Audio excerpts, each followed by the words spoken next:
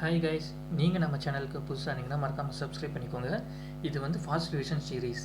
இந்த வீடியோவில் என்ன பார்க்க போகிறோன்னா, மூன்றாம் பருவம் இருக்கல 6வது புக்கில் இருக்க 3வது பருவத்தில் இருக்க இயல் 1, அதாவது இயல் 7 அப்படின்னு சொல்லலாம்.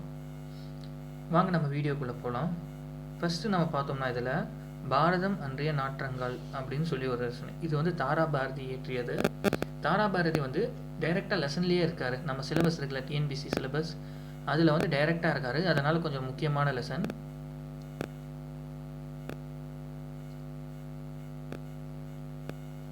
ஸ்டார்ட் பண்ணலாம். இயல் 1, அதாவது இயல் 7 வச்சுக்கலாம்.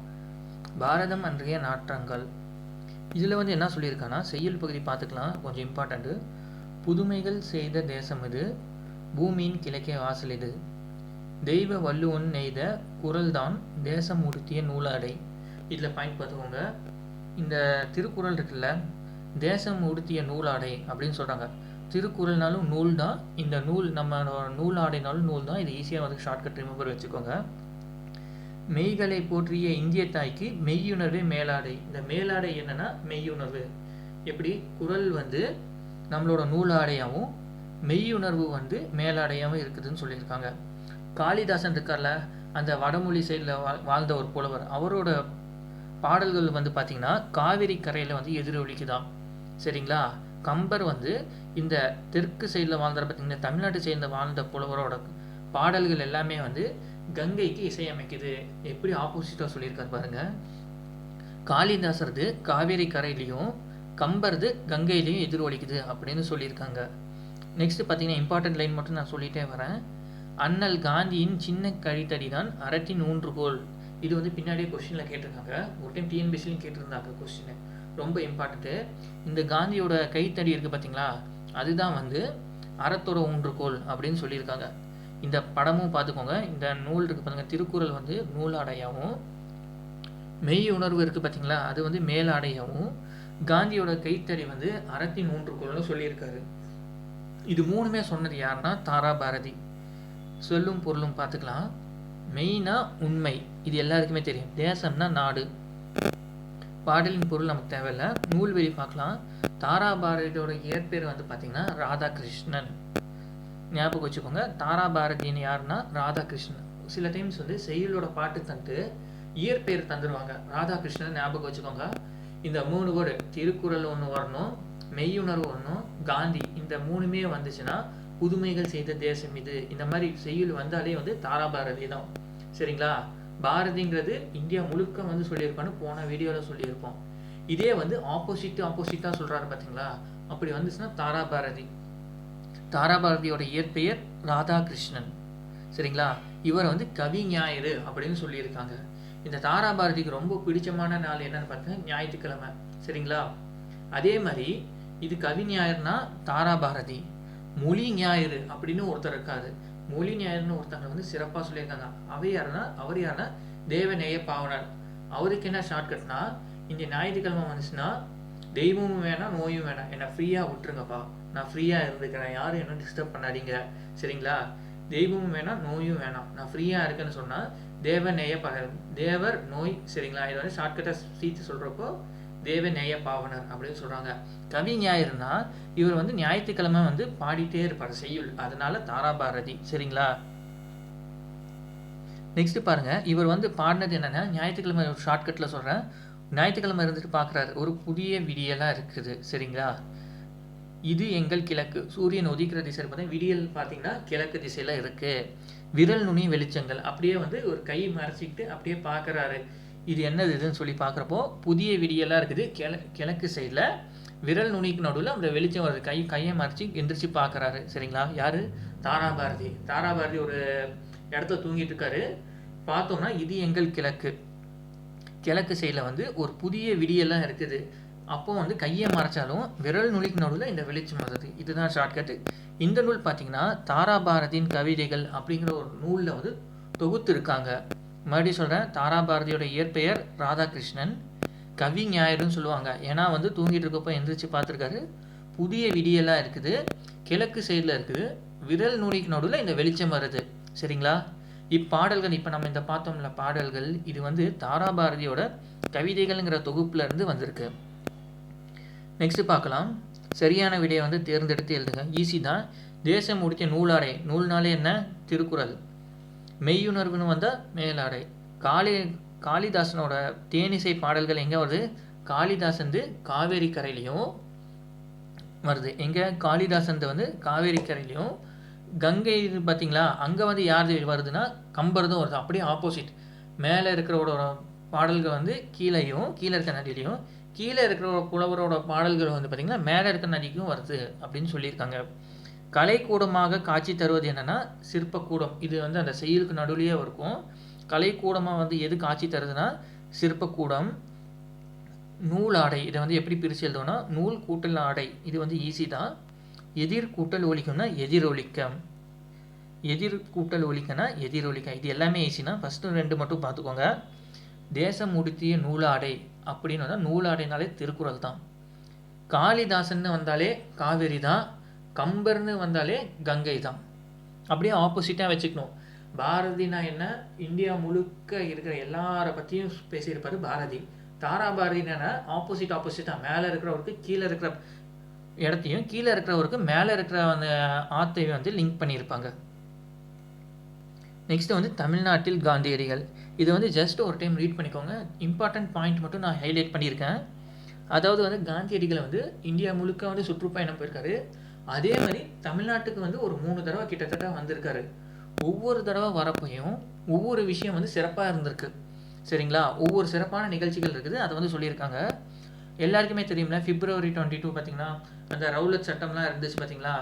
1919 வந்து பிப்ரவரி மாதத்தில் வந்து ரவுலட் சட்டம் வந்து ரொம்ப கடுமையாக இருந்துச்சு.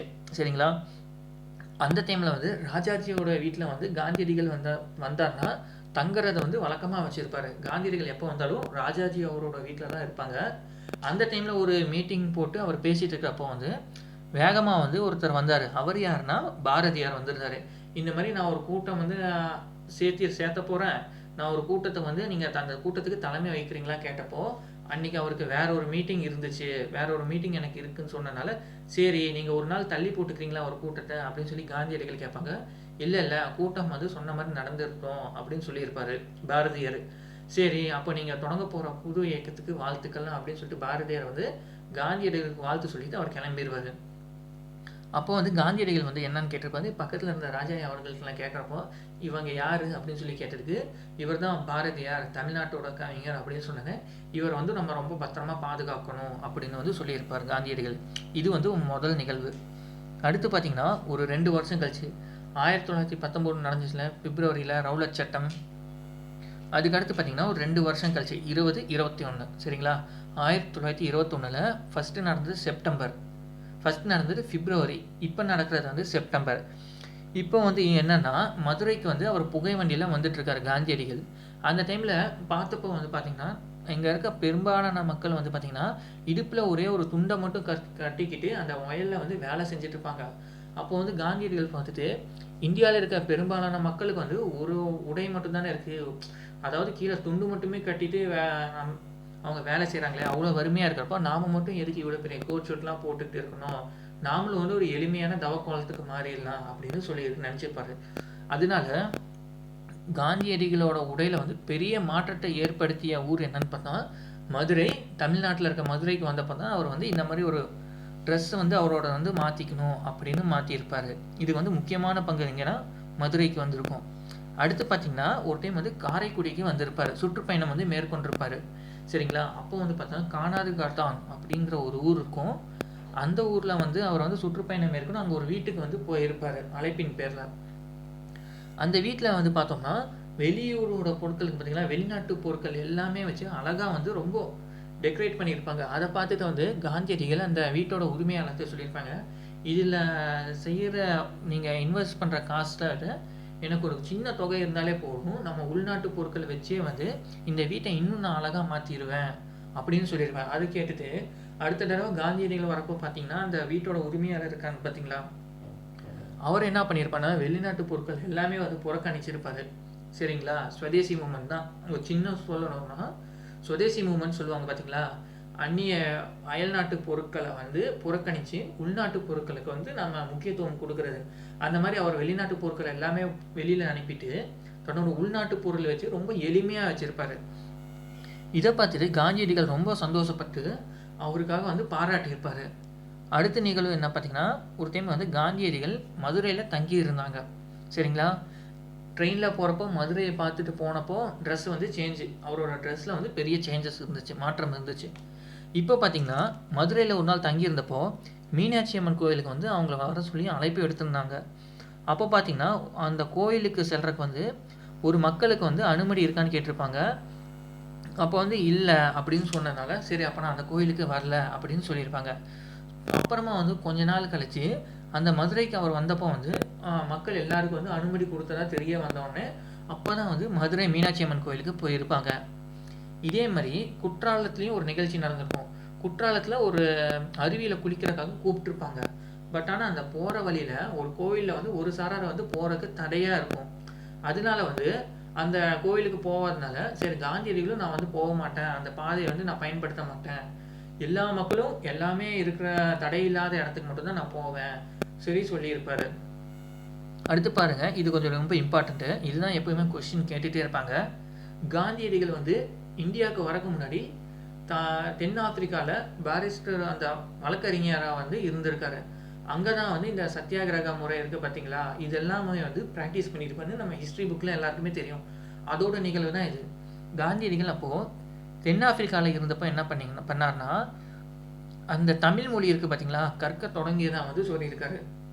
எங்கே தென்னாப்பிரிக்காலே வந்து தமிழ் மொழியை வந்து அவர் கற்க தொடங்கியதாகவும் ஜியு போப் எழுதிய தமிழ் கையேடு அப்படிங்கிற ஒரு நூல் இருக்குது. தமிழ் கையேடு நூல் வந்து அவருக்கு ரொம்ப பிடித்ததாகவும் திருக்குறள் வந்து அவர் ரொம்ப கவர்ந்த நூல்னு சொல்லியிருக்காரு. ஜியு போப் எழுதின தமிழ் கையேடும் திருக்குறளும் அவருக்கு ரொம்ப பிடிச்சிருக்கு அப்படின்னு சொல்லியிருக்காரு. எப்போ தென்னாப்பிரிக்காவில் தமிழ் படிக்க கற்றுக்கிற போதே. நெக்ஸ்ட் ஒன்று பார்க்கலாம். 1937 சரிங்களா, எலெக்ஷன். அப்போது ஈஸியாக ஞாபகம் வச்சுக்கணும்னா பிரிட்டிஷ் காலத்தில் நடந்த எலெக்ஷன் அந்த 1937 35 அனௌன்ஸ் பண்ணியிருப்பாங்க, 37 நடத்தியிருப்பாங்க. அப்படியே நான் தமிழ் மட்டும் இல்லாமல் அப்படியே எல்லா லெசனும் ஹிஸ்ட்ரி, ஐஎன்எம், இந்த மாதிரி பாலிட்டி அப்படின்னு கொஞ்சம் கொஞ்சமாக நடுவில் லெசன்ஸை கவர் பண்ணிகிட்டே வரேன். 1937 சென்னையில் வந்து ஒரு இலக்கிய மாநாடு நடந்திருக்கு சரிங்களா. அதுக்கு வந்து காந்தியடிகள் தலைமை வகித்தார். அப்போது வந்து அங்கே ஒரு வெல்கம் ஸ்பீச்சுன்னு சொல்லுவாங்க பார்த்தீங்களா, வரவேற்பு உரை. வரவேற்பு உரைன்னா என்னென்னா வெல்கம் ஸ்பீச் சரிங்களா, அதுவும் ஞாபகம் வச்சுக்கோங்க.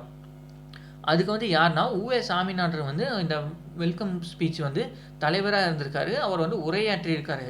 அதை பார்த்து அவரோட தமிழோட புலமையை பார்த்து காந்தியடிகள் ரொம்ப வியந்து போய் என்ன சொல்லியிருக்கான்னா, இந்த பெரியவரின் அடிநிழலில் இருந்து தமிழ் கற்க வேண்டும் என்னும் ஆவல் உண்டாகிறது அப்படின்னு சொல்லியிருக்காரு. யாரோட அடிநிழல் பார்த்தீங்கன்னா உவே சாமிநாதன் இருக்கார் பார்த்தீங்களா, அவரோட அடிநிலையில் இருந்து நான் இந்த தமிழை கற்றுக்கணும் அப்படின்னு சொல்லியிருப்பார் சரிங்களா. நெக்ஸ்ட் பார்த்தோம்னா காந்தியடிகள் உடை அணிவதில் மாற்றத்தை ஏற்படுத்திய ஊர் மதுரை. இது எல்லாருக்குமே தெரியும். காந்தியடிகள் உவே சாமிநாதன் அடிநிலையில் இருந்து தமிழ் கற்க வேண்டும் என்று விரும்பினார். ரொம்ப ரெண்டுமே இம்பார்ட்டண்ட்டான விஷயம் சரிங்களா. காந்தியடிகள் எப்போ வந்தார், 1919 வந்தார். அப்புறம் 21 வந்திருக்காரு, மதுரைக்கு வந்திருக்காரு, காரைக்குடி பக்கத்தில் இருக்க காணாது காட்டானுக்கு வந்திருக்காரு, 1937 சென்னை இலக்கிய மாநாடுக்கும் வந்திருக்காரு. இது எல்லாமே ஒரு சின்ன ரீகேப். இலக்கிய மாநாடு எங்கே நடந்துச்சு, சென்னை. தமிழ்நாட்டு கவிஞர் தான் யார், பாரதியார். இது வந்து காந்தியடிகள் வந்து பேசினப்போ வந்து தெரிய வந்த விஷயம். தமிழ்நாட்டு கவிஞர்னா பாரதியார், எப்போ ராஜாஜி இருக்கிறப்பறம். குற்றாலம் அப்படிங்கிறது அருவி. தமிழ் கையேடுனா ஜியு போப். நெக்ஸ்ட்டு பார்க்கலாம் வேலு நாச்சியார். இது வந்து சிலபஸை டைரெக்டாக கவர் ஆகலை, இருந்தாலும் ஒரு சின்ன ஒரு நாலேஜ்க்காக படிச்சுக்கலாம். ஏன்னா வேலு நாச்சியார் வந்து பார்த்தோம்னா ஜென்ரல் ஸ்டடீஸில் கவர் ஆகுது, பொது தமிழில் கவர் ஆகலை. பட் ஆனால் வேலு நாச்சியார் வந்து ஜென்ரல் ஸ்டடீஸில் கவர் ஆகிறதுனால ஒரு பார்த்துக்கிட்டோம்னா ஜஸ்ட் ஆப்ஷன்ஸ் வரப்போ கொஞ்சம் ஈஸியாக வந்து எலிமினேட் பண்ணி ஆன்சர் பண்ணலாம். எங்கே பிறந்திருக்காரு, ராமநாதபுரம் ஆட்சி செஞ்ச செல்லமுத்து சேதுபதி. ஃபுல் பேர் பார்க்குறோம். செல்லமுத்து சேதுபதி இருக்கார்ல, அவரோட ஒரே மகள் வந்து பார்த்திங்கன்னா வேலு நாச்சியார். Point number 1. இவங்களுக்கு வந்து நிறைய புலமைகள் இருக்குது. அதாவது ஆங்கிலம், ஃப்ரெஞ்சு, உருது சரிங்களா. உருதுக்கு வந்து பின்னாடி அவருக்கு ஒரு பெரிய பயணம் வந்துச்சு வேலு நாச்சியாருக்கு. அது என்னன்னு பின்னாடி லெசனில் சொல்கிறேன். ஆங்கிலம், ஃப்ரெஞ்ச், பிரிட்டிஷ், ஃப்ரெஞ்ச், உருது. இந்த 3 வந்து அவர் ரொம்ப வந்து கற்றுக்கிட்டாங்க. அடுத்து பார்த்தீங்கன்னா சிலம்பம், குதிரையேற்றம், வாள்போர், விற்பயிற்சி இது எல்லாமே வந்து வேலு நாச்சியாருக்கு தெரியும். சிவகங்கை மன்னர் முத்துவடுகனாரை வந்து மணந்துக்கிட்டாங்க. ராமநாதபுரத்தில் பிறந்தாங்க. சிவகங்கை மன்னர் முத்துவடுகனாரை வந்து மணந்துக்கிட்டாங்க. இவரோட இயர் பார்த்தீங்கன்னாலே ரொம்ப ஈஸியாகவே இருக்கும். சரிங்களா? காளையர் கோவிலுங்கிற இடத்துல வந்து முத்துவடுகனார் ஆங்கிலேயரோட ஆட்சியில் வந்து நயவஞ்சகத்தனமாக வந்து கொல்லப்பட்டார். எங்கன்னா காளையர் கோயில். சரிங்களா? இந்த இடத்துல வந்து அவங்களோட ஹஸ்பண்ட் இருக்கார்ல முத்துவடுகனார், அவங்கள வந்து பிரிட்டிஷ்காரங்க கொண்டுட்டாங்க.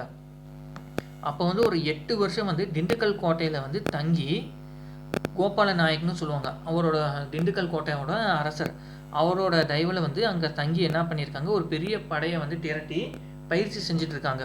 சரிங்களா? ஒரு 8 ஆண்டுகள். அப்போ வந்து என்ன பண்ணுறாங்கன்னா, அவர் கூட இருந்தவங்க யார் யாருன்னா, அமைச்சர் வந்து தாண்டவராயர் ஒன்று, தளபதி பார்த்தீங்கன்னா பெரிய மருது, சின்ன மருது, இவங்க 2 பேர்.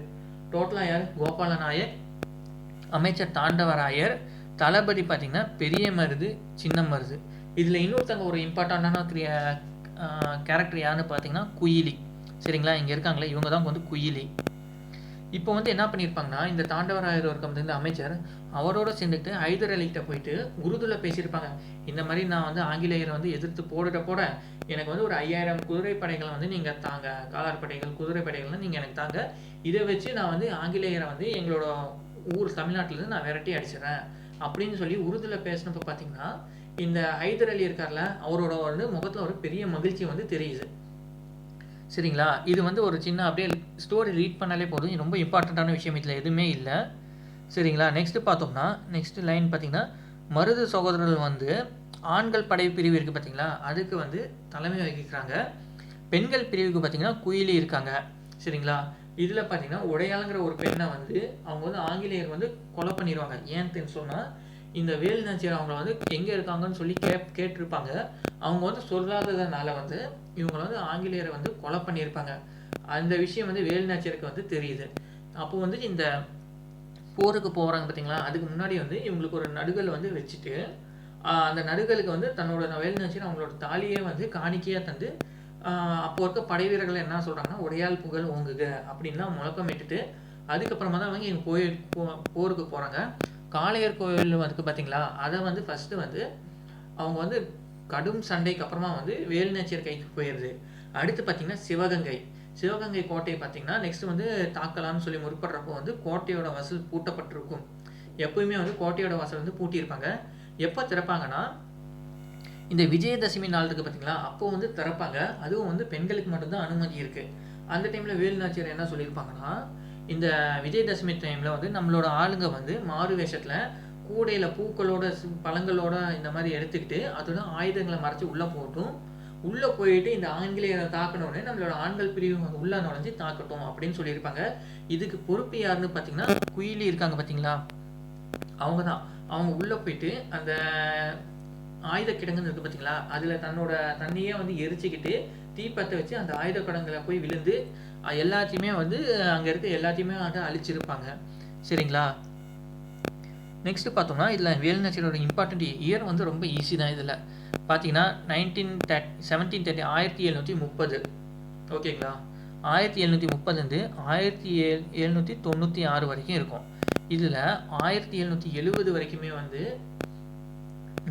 1770 மறுபடியும் வந்து வேலு நாச்சியாருக்கு அவங்களோட சிவகங்கை வந்து மீட்டிருப்பாங்க. அப்படின்னா 1772 அவங்களோட கணவர் வந்து இறந்துருப்பார். 8 வருஷம் 1980 வரைக்கும் வந்து அவர் வந்து கோபால நாயக் இருக்கார் பார்த்தீங்களா திண்டுக்கல், அவருடைய உதவியோடு அவர் கோட்டையில் வந்து தங்கியிருப்பாங்க. 72லேருந்து 80 வரைக்கும் வந்து தங்கி இருந்து 80ல் மறுபடியும் வந்து சிவகங்கை, காளையர் கோவில் இதெல்லாம் மீட்டெடுத்து மறுபடியும் ஒரு 16 வருஷம் ஆட்சி செஞ்சுருப்பாங்க. அதாவது 96 வரைக்கும் ஆட்சி செஞ்சுருப்பாங்க. ஜான்சி ராணிக்கு முன்பே ஆங்கிலேயரை எடுத்து போரிட்டவர் வந்து வேலு நாச்சியார். தென்னாட்டோட ஜான்சி ராணி யாரை கூப்பிடுவாங்கன்னா வேலு நாச்சியாரை. ஆனால் உண்மை என்னன்னா, ஜான்சி ராணிக்கு முன்னாடியே வந்து வேலு நாச்சியார் பிறந்தவங்க. சரிங்களா? ஆனால் வீரத்துக்காக வந்து ஜான்சி ராணியும் வேலு நாச்சியாரை வந்து கம்பேர் பண்ணுறாங்க.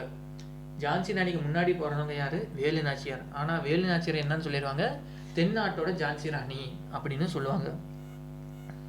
நெக்ஸ்ட் பார்க்கலாம். இலக்கணம் ரொம்ப ரொம்ப முக்கியம். சிலபஸில் டைரெக்டாக வராது. 4 வகை சொற்கள். சொல்னாலே 4 வார்த்தை பேசணும். சரிங்களா? ஈஸியாக ஞாபகம் வச்சுக்கணும். சொல் அப்படின்னு வந்தாலே 4 தான். 4 வார்த்தை பேசுகிறா இப்படின்னு வச்சுக்கோங்க. ஓகே. தமிழில் சில எழுத்துக்கள் தனித்து நின்று பொருள் தரும். சரிங்களா? ஒன்றுக்கும் மேற்பட்ட சொற்கள் தொடர்ந்து நின்று பொருள் தரும் எழுத்துக்கள். தமிழில் வந்து ஒரு எழுத்து தனியாக நின்று பொருள் தரும். அதை ஒரு எழுத்து ஒரு மொழின்னு சொல்லுவாங்க. அது வந்து ஒரு எழுத்து இருந்தாலும் அதை சொல்லுன்னு தான் சொல்லுவாங்க. ஈ அப்படின்னு சொல்லுவோம் பார்த்தீங்களா? பூ, மை, இது எல்லாமே ஒரு எழுத்து தான். கல் அப்படின்னு வந்துச்சுன்னா 2 எழுத்து சேர்ந்தது ஒரு சொல்லாகவும் இருக்குது. 2க்கு மேற்பட்ட எழுத்துக்கள் சேர்ந்தது ஒரு சொல்லாக இருக்குது. பாயிண்ட் நம்பர் 1 முடிஞ்சிச்சா? அந்த சொற்கள் வந்து 4 வகையாக சொல்கிறாங்க. எல்லாருக்குமே தெரியும். பெயர்ச்சொல், வினைச்சொல், இடைச்சொல், உரிச்சொல். சிம்பிள். பெயர்ச்சொல், வினைச்சொல், இடைச்சொல், உரிச்சொல். ஈஸியாக சொல்லுமா? பெயரை குறிக்கிறது எல்லாமே பெயர் சொல் தான். ஈஸியாக ஞாபகம் வச்சுக்கோங்க. பாரதினாலும் பெயர் தான். பள்ளினாலும் ஒரு இடத்துக்கு ஒரு பெயர். சரிங்களா? காலை இதுனாலும் பெயர். கண் எல்லாமே வந்து பெயர் தான். சரிங்களா? இதில் பாருங்களேன், ஓடுதல்னு இருக்கா? ஓடுன்னு வரல, ஓடுதல். புரியுதுங்களா? ஓடுனா ஒரு வினை, ஒரு செயலை சொல்ற. ஓடு அப்படின்னு சொல்றது ஒரு செயலை குறிக்குது. செயலை குறிக்காம அந்த ஒரு ஓடுதல் அப்படின்னு சொல்லி பின்னாடி விகுதியோட வருது பார்த்தீங்களா? நடத்தல், ஓடுதல், வரைதல், இது எல்லாமே வந்து கட்டளை மாதிரி வராம ஒரு செயல் மாதிரி வருதுனால இது வந்து பெயர் சொல். ஈஸியாக ஞாபகம் வச்சுக்கோங்க. வினை மாதிரி வராம விகுதியோடு வர்றது வந்து பெயர் சொல். ஒரு ஷார்ட்கட்காக தான் சொல்றேன். வினை சொல்னா என்னன்னா, வினை என்னும் சொல்லுக்கு செயல் என்பது பொருள். செயலை தான் குறிக்குது. புரியுதுங்களா? இம்பார்ட்டன்ட். செயலை தான் குறிக்குது. வா அப்படின்னா எப்படி இருக்குது? வந்தவர் அப்படின்னு வரல. போ அப்படின்னு தான் இருக்கு. எழுது இதான் இருக்கு. எழுதுதல் அப்படின்னு முடியல. விளையாடு ஒரு ஆர்டர் மாதிரி தான் இருக்கு. பார்த்தீங்களா? எல்லாமே வந்து ஒரு செயலை தான் குறிக்குது. வினை என்னும் சொல்லுக்கு செயல் என்பது பொருள். வினை சொல்னா வா, போ, எழுது எல்லாமே ஆர்டர் தான் அப்படின்னு வந்தாலே வினைச்சொல் தான். இடைச்சொல்னா என்னன்னா, 2த்துக்கு நடுவில் மாட்டிக்கிச்சு. பெயர் சொல்லுக்கு நடுவில் மாட்டிக்கிச்சு, வினைச்சொல்லுக்கு நடுவில் மாட்டிக்குது. 2த்துக்கு நடுவில் மாட்டுச்சுன்னா இடைச்சொல். சரிங்களா? இடையில மாட்டுச்சுன்னா பெயர் சொல்லுக்கும் வினைச்சொல்லும் சார்ந்து வரும். சரிங்களா? தந்தையும் தாயும். சரிங்களா? 2 பெயர் சொல்லுக்கு நடுவில் வருதா? மற்ற ஒருவர். சரிங்களா? திருக்குறள் அப்படின்னு வராமல் திருக்குறளை படித்தான். இந்த மாதிரி மற்றொருவர். இந்த மாதிரி பார்த்தீங்கன்னா இதை ஷார்ட்னா சொல்லணும்னா ஒரு வேர்டு உண்மை மற்ற. ஈஸியாக ஞாபகம் வச்சுக்கிறீங்களா? இடைச்சொல்னா உண்மை மற்ற. ஃபர்ஸ்ட் ஒன் இருக்க கீழே இருக்க ஐ மற்ற. உண்மை மற்ற. சரிங்களா? ஒரு பாட்டு வரும் பார்த்தீங்களா? உண்மை மற்றுமேன்னு சொல்லி அந்த உண்மை மற்றுன்னு வந்துச்சுன்னா இடை தான். உரிச்சொல்னா என்ன ஈஸி, ரொம்ப ஈஸி தான். என்னது? ஒரு விஷயத்த எக்ஸ்ட்ரீமாக மேம்படுத்தி காட்டுறது. சரிங்களா? தன்மையை மிகப்படுத்தி வருவது வந்து உரிச்சொல். நகரம்னு சொல்லுவாங்க. மாநகரம். புரியுதா? சிறந்தது, சால சிறந்தது. ஒரு நகரத்தை வந்து ஒரு பெரிய விஷயமா மிகைப்படுத்தி காமிக்கிறாங்க பார்த்தீங்கன்னா, மாநகரம். சிறந்தது வந்து ரொம்ப நல்லது, சால சிறந்தது அப்படின்னு சொல்கிறாங்களே, இதுதான் அதுக்கான மீனிங். இப்போ இந்த பார்த்துக்கோங்க. நம்ம சொல் வகையை வந்து அறிந்து பொருள் தந்த சொல்லை வட்டமிடுக. இதில் பாருங்களேன், ஃபஸ்ட்டு உண்மை மற்ற பார்த்தோன்னே தெரியுதா? இடைச்சொல். அது இல்லாமல் வர்றது படித்தாள். படின்னு வரல, படித்தாள்னு வந்துருக்கு. பெயர் சொல் மாதிரி வந்தது. சரிங்களா? நெக்ஸ்ட்டு பாருங்கள், மதுரை பெயர் சொல் தான். கால் பெயர் சொல் தான். சித்திரை அதுவும் பெயர் சொல் தான். ஓடினான். புரியுதுங்களா? இது தனியாக வருதா? சென்றால், வந்த, சித்திரை, நடந்தது, இதெல்லாம் பாருங்களேன். இதில் பாருங்கள் சித்திரை. நெக்ஸ்ட்டு பார்த்தீங்கன்னா உண்மை மற்ற. இதுவுமே அதே தான், ஃபஸ்ட்டு மாதிரி தான். மான்னு ஒரு இருக்குது பார்த்தீங்களா? இதை பார்த்தாலே தனியாகவே தெரியுது. அடுத்து என்ன பார்த்தோம்னா உவே சாமிநாதர், வஉசி சிதம்பரனார், சாரி வஉசியை பற்றி சொல்லியிருக்காங்க. வஉசி வந்து யாருன்னா சுதேசி நேவி கம்பெனி, அதாவது சுதேசி ஸ்டீம் நேவிகேஷன் கம்பெனின்னு சொல்லுவாங்க. நீராவி கப்பல், சுதேசி நீராவி கப்பலோட ஓனர் அவர் தான் வஉ சிதம்பரனார். இவர் வந்து வஉசி அப்படின்னு சொல்லுவாங்க. தமிழ்லேயும் ஆங்கிலத்துலேயும் வந்து புலமே இருக்கார். இந்த வஉசி என்ன சொல்லியிருப்பான்னா, இந்த 2 கப்பல்களுடன் ஒரு தமிழ் கப்பலும் இருக்கு. அதாவது 2 நீராவி கப்பலோட ஒரு தமிழ் கப்பலும் இருக்குன்னு சொல்லியிருப்பாரு. யாருன்னா சோமசுந்தர பாரதி இருக்காரு பார்த்தீங்களா. இந்த லெசன் என்னன்னு தெரியல, எல்லாமே பாரதியாவே வருது. அப்போ என்ன சொல்லுவாங்க, வ.உ. சிதம்பரனார் என்ன சொல்றாரு, 2 கப்பல்களுடன் இந்த ஒரு தமிழ் கப்பல் இருக்குன்னு சொல்றாரு. தமிழ் கப்பல்னு சொல்லி யாரை சொல்லியிருப்பான்னா, இந்த சோமசுந்தர பாரதி, சுப்பிரமணிய பாரதியோட இன்னொரு நண்பர் தான் சோமசுந்தர பாரதி. இவங்க 2 பேரும் தான் போயிட்டு அந்த எட்டயபுரம் இருக்கு பார்த்தீங்களா, அந்த அரசவையில் போயிட்டு பாரதி அப்படின்னு வந்து ஒரு பட்டம் வாங்கியிருப்பாங்க 2 பேரும். சுப்பிரமணி, சோமசுந்தரம், இவங்க 2 பேருக்கும் பட்டம் தான் சுப்பிரமணிய பாரதி, சோமசுந்தர பாரதி அப்படின்னு சொல்லியிருப்பாரு. யாரு, வ.உ. சிதம்பரனார் இருக்காங்கல்ல, இவரோட கணக்கு வழக்கெல்லாம் பார்ப்பாங்க பார்த்தீங்கன்னா, இந்த சுதேசி நாவாய் கப்பலோட கணக்கு வழக்கெல்லாம் பார்க்குறவர் வந்து சோமசுந்தர பாரதி. சரி வாங்க நம்ம லெசனுக்குள்ளேயே போகலாம். தமிழ்லையும் ஆங்கிலத்துலையும் வந்து புலமை இருக்குது. தொழிற்சங்க தலைவர் வ.உ.சி வந்து தொழிற்சங்கத்தோட தலைவர், ரொம்ப முக்கியம். உள்நாட்டு இந்திய கப்பல் நிறுவனத்தை வந்து தொடங்கியிருப்பார். அதாவது சுதேசி நாவாய் கப்பல் நிறுவனம் 1906. இதை வந்து ஈஸியாக ஷார்ட்கட்டாக சொல்கிறேன். இப்போ வந்து 1906 வந்து இந்த நடுவில் 9 இருக்கிறத மறந்துருங்க. ஃபஸ்ட்டு வந்து 10, சரிங்களா. அப்புறம் வந்து 16, 1016. ஈஸியாக ஞாபகம் வச்சுன்னா, 10னா அக்டோபர், 16னா இந்த அக்டோபர் 16, 10, சரிங்களா. இந்த 16, 10, 1906 ஈஸியாக ஞாபகம் தான். அப்போ நீங்கள் ஏதாவது ஒரு நம்பர் தான் ஞாபகம் வச்சுக்கணும். 1906, 1905 இந்த மாதிரி பார்ட்டிஷன் ஆஃப் பெங்கால் சொல்லுவாங்க, வங்க பிரிவினை, இதெல்லாம் நடந்துச்சு பார்த்தீங்களா. நடந்த அடுத்த வருஷமே வந்து இவர் ஆரம்பிச்சிருப்பார். வங்க பிரிவினை எப்போ நடந்துச்சு, 1905லேருந்து 1911 வரைக்கும் நடந்திருக்கும். அடுத்த வருஷமே வந்து இவர் வந்து ஒரு கப்பல் நிறுவனத்தை வந்து ஆரம்பிச்சிருப்பார்.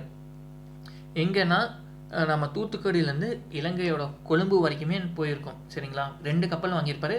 கேலியோ, நாவோ இப்படின்னு சொல்லி 2 கப்பல் வந்து வாங்கியிருப்பாங்க. சுதேசி நாவாய் சங்கத்தை வந்து தொடங்கியிருப்பார், பதிவு செஞ்சுட்டாரு, சரிங்களா. வ.உ.சி சென்னைக்கு செல்லும்போது பாரதியாரை வந்து சந்திப்பதை வழக்கமாக கொண்டு இருக்காரு. இப்போ தெரியுதா எங்கே லிங்க் ஆகுன்னு. இவர்கிட்ட வேலை செஞ்சவர், அதாவது இவரோட கப்பலோட கணக்கு பார்த்தவர் யார், சோமசுந்தர பாரதி. ஒரு பாரதி வந்துட்டாரா. இவர் வந்து சென்னைக்கு போகிறப்ப வந்து பாரதியாரை வந்து சுப்பிரமணிய பாரதி இருக்கார்ல, அவரை சந்திக்கிறதே வந்து இவர் வழக்கமாக வச்சுருப்பாரு சொல்லியிருக்காங்க. நெக்ஸ்ட் இடம் அறிந்து பயன்படுத்துவோம். ஈஸியாக ஷார்ட்கட்டாக சொல்லிடுறேன். ஒரே ஒரு கான்செப்ட் வந்து ஞாபகம் வச்சுக்கோங்க. ஒரு விஷயத்தை ஒன்று அப்படின்னு குறிக்கிறதுக்கு 2 வகையாக சொல்லியிருப்பாங்க. ஓர் அப்புறம் ஒரு. ஓர் எந்த இடத்துல வரணும், ஒரு எந்த இடத்துல வரணும். ஈஸியான சொல்கிறேன். இந்த உயிர்னு வந்தாலே புள்ளி வச்சுருங்க, சரிங்களா. புள்ளியை ஞாபகம் வச்சுக்கோங்க. இப்போ ஈஸியாக சொல்ல பாருங்க. உயிர் எழுத்து தொடங்குறப்ப பார்த்தீங்கன்னா ஓர், அந்த ராக்கு மேலே ஒரு புள்ளி இருக்குது பார்த்தீங்களா, ஓர், சரிங்களா. உயிர்மை எழுத்து தொடங்குறப்ப இடத்துல பார்த்தீங்கன்னா ஒரு. உயிர்னு வந்தாலே புள்ளின்னு ஞாபகம் வச்சிங்கன்னா ஒரே ஷாட்டில் 2மே அடிக்கலாம், சரிங்களா. ஓர், அந்த உயிருக்கு மேலே புள்ளி இருக்குது பார்த்தீங்களா, புள்ளின்னு வந்தாலே உயிர் தான். அப்போது உயிரா, அப்போ ஒரு புள்ளி இருக்கா. நெக்ஸ்ட் ஏரி, உயிர் எழுத்தா, அப்போ ஒரு புள்ளி இருக்கா. நகரம்ங்கிற உயிர்மை எழுத்து, அப்போனா ஒருன்னு தான் வந்தாகணும். கடல் உயிர்மை எழுத்து, சரிங்களா. அதனால வந்து வந்து உயிர்மை எழுத்துனால ஒருன்னு தான் வரணும். அதே உயிர்னு தான் புள்ளிங்கிற எழுத்து வந்து இப்போ அதே கான்செப்ட் இங்கே யூஸ் பண்ணலாம்.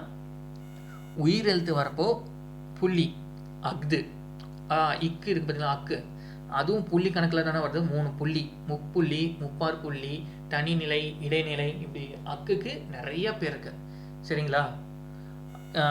இதில் பார்த்தீங்கன்னா அக்குங்கிறது ஒரு சார்பு எழுத்து, அதையும் நான் சொல்லிக்கிறேன், ஞாபகம் வச்சுக்கோங்க. இந்த உயிர் எழுத்து வரப்போ புள்ளி இருக்கா, உயிர் எழுத்து வந்தாலே புள்ளி, அக்து, முடிஞ்சிச்சா கான்செப்டு. உயிர்மை எழுத்து வந்துச்சுன்னா புள்ளி தேவையில்லை, அப்போனா அது. இப்போ பாருங்களேன், எக்ஸாம்பிள் காமிக்கிறேன். இங்கே அப்போனா ஈங்கிற உயிர்மை எழுத்தா, புள்ளி வந்துருச்சா, வேலை முடிஞ்சிச்சு. நன்றாக, அது அப்படின்னு வருதா, உயிர்மை எழுத்து வந்தால் அது. Simple concept. உயிர்னு வந்தால் புள்ளி வைக்கிறீங்க.